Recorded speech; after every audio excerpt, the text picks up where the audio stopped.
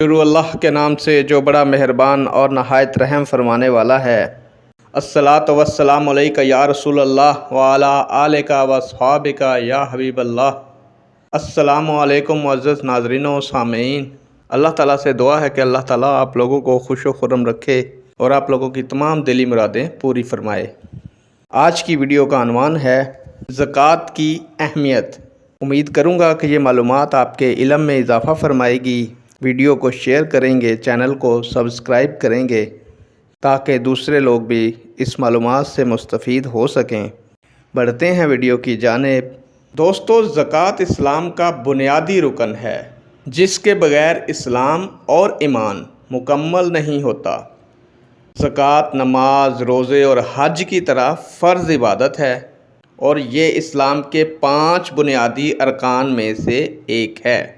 خاتم النبیین حضرت محمد صلی اللہ علیہ وآلہ وسلم نے فرمایا، اسلام کی بنیاد 5 چیزوں پر ہے۔ اس بات کی شہادت دینا کہ اللہ کے سوا کوئی معبود نہیں اور یہ کہ محمد اللہ کے رسول ہیں، نماز قائم کرنا، زکوٰۃ ادا کرنا، حج کرنا اور رمضان کے روزے رکھنا۔ پیارے دوستو، زکوٰۃ اس قدر اہم عبادت ہے کہ اس کا انکار کرنے والا مرتد ہو جاتا ہے۔